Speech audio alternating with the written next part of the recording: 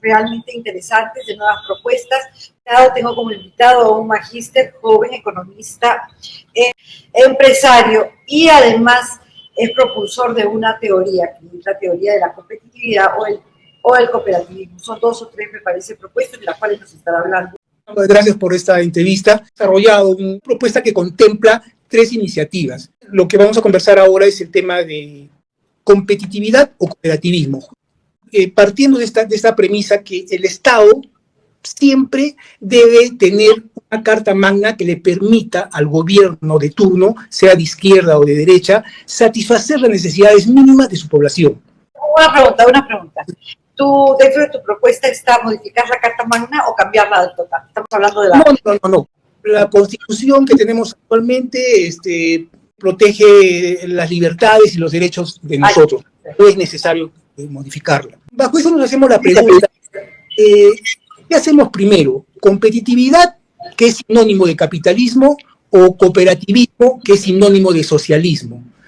Entonces, la respuesta es en realidad las 2 cosas. Ambas son beneficiosas para llegar a un mismo objetivo, que es el bienestar de las personas. Que cada vez nosotros estemos mejor atendidos por el Estado. Con la competitividad es verdad que se beneficia una sola persona o una sola empresa, buscando siempre ganarle a la competencia, que poder crecer en forma individual, pero ese crecimiento, en ese afán de crecer, se generan más puestos de trabajo, se generan más impuestos para el Estado y se logra tener un producto al consumidor final de calidad. Entonces, lo que pretendemos es que cada ideología haga lo suyo. Lo del capitalismo, dejar que genere riqueza, y del socialismo, dejar que distribuyan esa riqueza.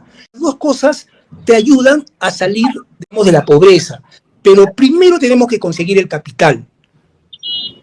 Y con el apoyo del cooperativismo es que, en un objetivo común, es que tenemos que trabajar la educación y la salud, que sea gratuita, por un lado, segundo, que sea de calidad, y tercero, que se brinde para todos. Entonces, que esta riqueza llegue lo más rápido posible y de manera justa y equitativa a los sectores más necesitados, para que como sociedad en conjunto...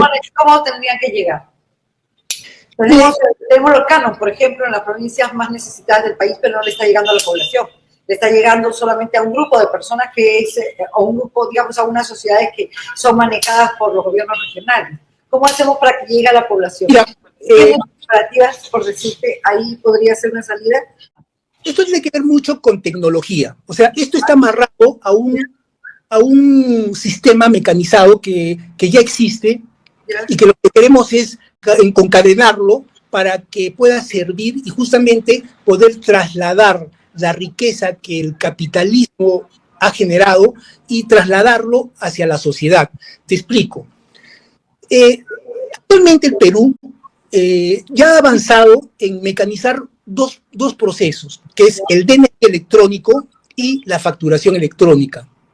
Con el DNI electrónico nos va a permitir, prácticamente al tener un chip, este DNI, va a funcionar exactamente como una tarjeta de débito. Se le va a poder agregar montos, cifras, cantidades al DNI. Eso por un lado, para todos. Y por otro lado está la facturación electrónica, que también ya se ha avanzado, ya el Estado, casi todas las grandes empresas, las medianas empresas, las pequeñas empresas, todas ya están con comprobantes electrónicos. Entonces, estas dos mecanizaciones que el Perú ya ha hecho y que ya existen, que va a permitir que cuando una persona vaya a un establecimiento comercial grande o pequeño y pida un comprobante de pago, en ese momento, en ese instante, el 8% del IGB, del valor de esa compra que hiciste, se va a cargar a tu DNI automáticamente. Entonces, cada vez que tú realices una compra en cualquier establecimiento comercial, tú te vas a sentir beneficiada con el 8% que se va a ir acumulando en tu DNI para que con ese monto solo lo puedes utilizar para dos cosas. El 4%, o sea, de ese 8% que se va acumulando en tu DNI, el 4% va a servir solo para poderte atender en cualquier establecimiento de salud, sea del Estado o establecimientos privados que estén debidamente autorizados por el Estado. Exclusivamente para gastarlo en tema de salud. No vas a poder gastar en otras cosas que no sea de salud.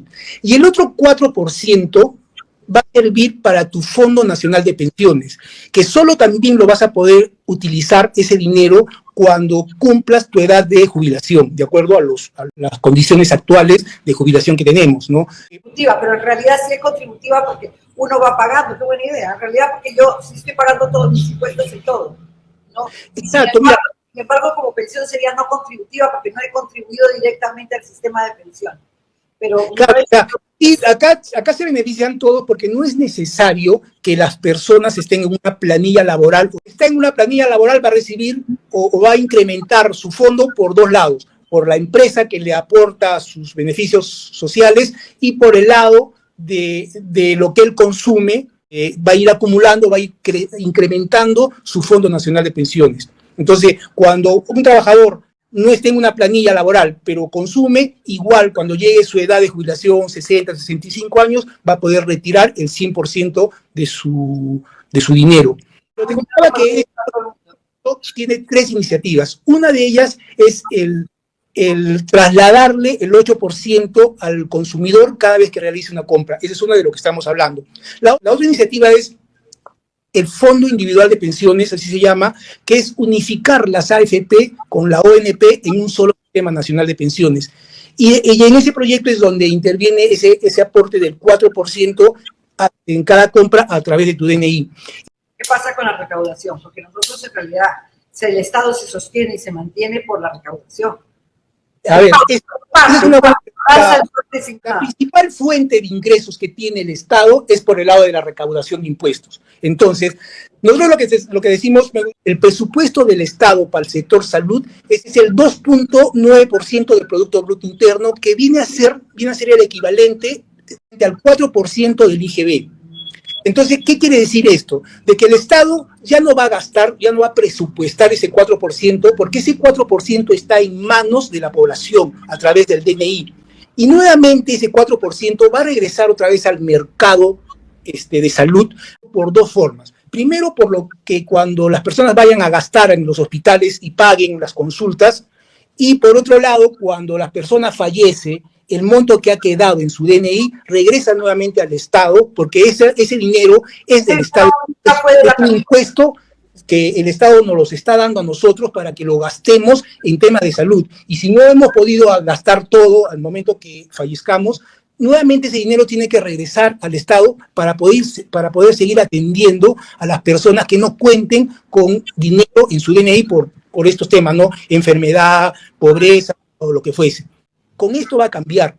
En realidad es tu plata la que tienes y tú vas a escoger con qué médico atenderte, en qué hospital atenderte. Esto va a ordenar las cosas. Vas a ver que salud se va a poner las pilas, porque si todos se van al privado, ¿yo con qué me voy a manejar? La salud se va a mejorar en general, porque va a haber competencia. Y eso es una competencia natural que se va a dar. Mira, el hecho de que tú recibas un 8% en cada compra, te va a obligar, o sea, por naturaleza, siempre vas a querer pedir un comprobante de pago. Claro.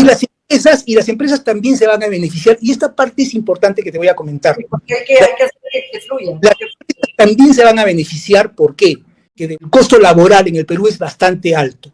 Y uno de los costos más altos es justamente el pago de salud. Empresarios muchas veces no quieren contratar o poner a planillas por los sobrecostos que tienen en su planilla laboral. Entonces ya las empresas van a dejar de aportar al segundo año, o sea, implementado el proyecto, pasados 2 años, dejarían de aportar. ¿Por qué? Porque en esos 2 años es importante que las personas estén acumulando en su DNI un determinado monto. Pasados esos 2 años, y las empresas dejarían de aportar el concepto de salud. A partir de ese momento, ya cada trabajador se paga con lo que tienen en su DNI. Y si no tienen dinero en su DNI para pagar lo que es de salud, el Estado igual los va a atender porque el dinero está ahí.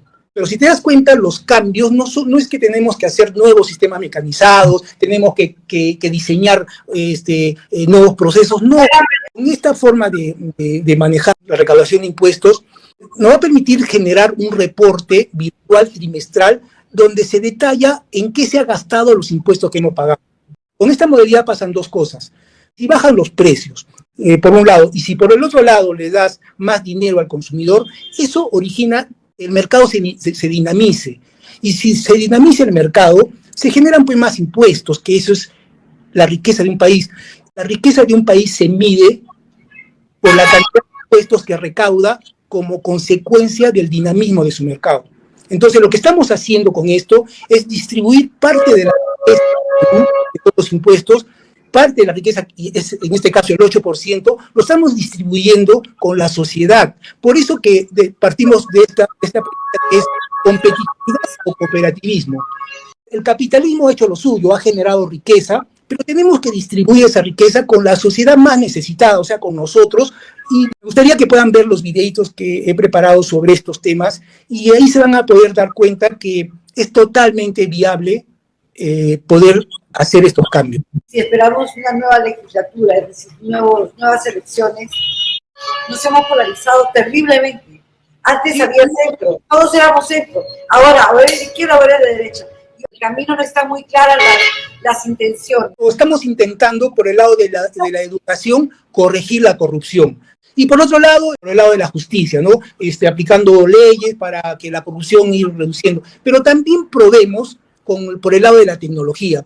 Esta tecnología, estamos hablando, va a permitir controlar de que los empresarios no evadan impuestos. Una vez que se entregue el comprobante, que una persona pidió su comprobante porque se beneficia con ese 8%, automáticamente esa empresa no hay forma. Con esta modalidad tú vas a poder ver, por ejemplo, yo hago una compra y veo de que en mi DNI no está el 8% de esa compra, va a tener un servicio, el 0800, para llamar, que ha pasado y reporta, para que una haga el seguimiento y a ver por qué esa empresa no ha hecho el pago y por ahí se controla, ¿no? Entonces, en esta propuesta es que los ingresos por la recaudación de impuestos llegarían a duplicar, porque solamente aquí estamos hablando del impuesto general a las ventas, pero si le estamos restando casi el 50% del ingreso. No, para el Estado se queda el 10% y para el consumidor el 8%. Pero no te olvides que el Estado o ya no presupuestaría para lo que es salud, ¿no? O sea, nosotros mismos vamos a pagar no el Estado.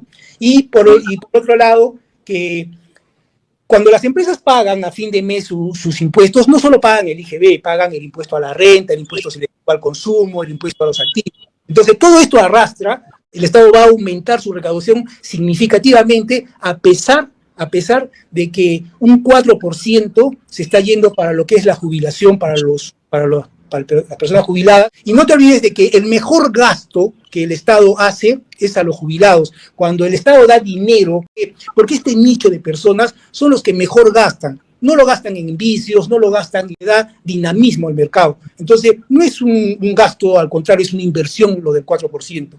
A ver, tienes 3 propuestas, ¿no es verdad? Una de las propuestas es de la que estamos hablando así en concreto, que el otro 4% restante es de tu segunda propuesta, es decir, con ese 8%, vamos a hablar más adelante, porque estamos hablando de un 4% que se iría al Sistema Nacional de Pensión, con el cual la persona estaría ya, desde que tiene 18 años y consume, estaría pagando un pequeño monto de su pensión a posterior. Yo estoy pagando, con todo lo que compro, consumo, no veo y tengo, estoy pagando mi propia salud y estoy pagando mi propia pensión. En una familia, tanto la madre como el padre son los únicos que pueden ir acumulando, y los hijos menores de 18 años pueden hacer compras, pero con el DNI del padre o de la madre, ¿no? Entonces, cuando un niño menor de 18 años va a un hospital a atenderse, claro, la plata sale o del fondo de la mamá o del fondo del papá. Interesante tu propuesta, Jenny, me parece súper interesante y además porque pareciera que es viable, ¿no? Como muchísimas gracias, te comprometo a continuar con este tema, quizás para la segunda o primera semana de junio, por estar con nosotros. Muchas gracias.